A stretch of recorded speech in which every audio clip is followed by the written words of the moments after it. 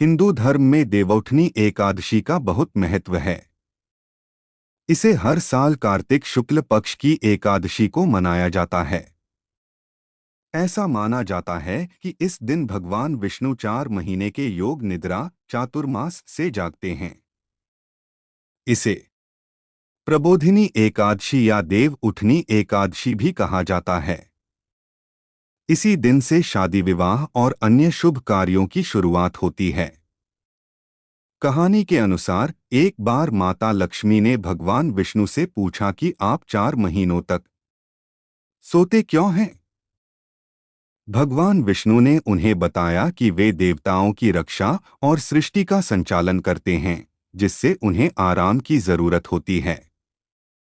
इसलिए वे आषाढ़ शुक्ल एकादशी, देवशयनी एकादशी से लेकर कार्तिक शुक्ल एकादशी तक योग निद्रा में चले जाते हैं।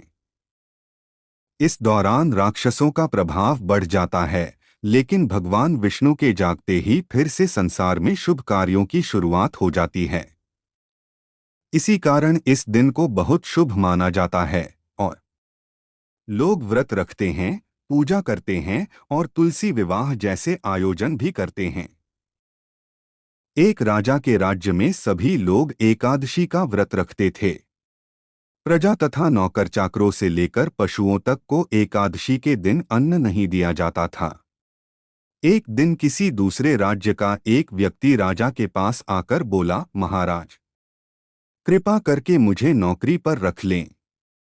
तब राजा ने उसके सामने एक शर्त रखी कि ठीक है, रख लेते हैं, किंतु रोज तो तुम्हें खाने को सब कुछ मिलेगा, पर एकादशी को अन्न नहीं मिलेगा।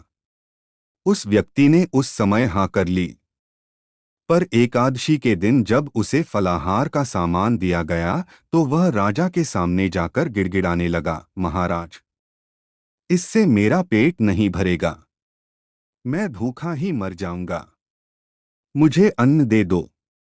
राजा ने उसे शर्त की बात याद दिलाई, पर वह अन्न छोड़ने को राजी नहीं हुआ। तब राजा ने उसे आटा दाल चावल आदि दिए। वह नित्य की तरह नदी पर पहुंचा और स्नान कर भोजन पकाने लगा। जब भोजन बन गया तो वह भगवान को बुलाने लगा, आओ भगवान, भोजन तैयार है।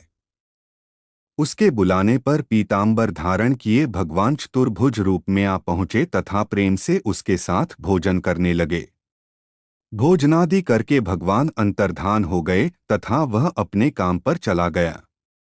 15 दिन बाद अगली एकादशी को वह राजा से कहने लगा कि महाराज, मुझे दुगुना सामान दीजिए। उस दिन तो मैं भूखा ही रह गया। राजा ने कारण पूछा तो उसने बताया कि हमारे साथ भगवान भी खाते हैं, इसीलिए हम दोनों के लिए ये सामान पूरा नहीं होता। यह सुनकर राजा को बड़ा आश्चर्य हुआ। वह बोला, मैं नहीं मान सकता कि भगवान तुम्हारे साथ खाते हैं। मैं तो इतना व्रत रखता हूँ, पूजा करता हूँ, पर भगवान ने मुझे कभी दर्शन नहीं दिए। राजा की बात सुनकर वह बोला, महाराज, यदि विश्वास न हो तो साथ चलकर देख लें। राजा एक पेड़ के पीछे छिपकर बैठ गया। उस व्यक्ति ने भोजन बनाया तथा भगवान को शाम तक पुकारता रहा, परंतु भगवान न आए। अंत में उसने कहा, हे भगवान, यदि आप नहीं आए तो मैं नदी में कूदकर प्राण त्याग दूंगा। लेकिन भगवान नहीं आए। तब वह प्राण त्यागने के उद्देश्य से नदी की तरफ बढ़ा। प्राण त्यागने का उसका दृढ़ इरादा जान शीघ्र ही भगवान ने प्रकट होकर उसे रोक लिया और साथ बैठकर भोजन करने लगे। खा पी कर वे उसे अपने विमान में बिठाकर अपने धाम ले गए। यह देख राजा ने सोचा कि व्रत उपवास से तब तक कोई फायदा नहीं होता जब तक मन शुद्ध न हो। इससे राजा को ज्ञान मिला। वह भी मन से व्रत उपवास करने लगा। अंत में स्वर्ग को प्राप्त हुआ।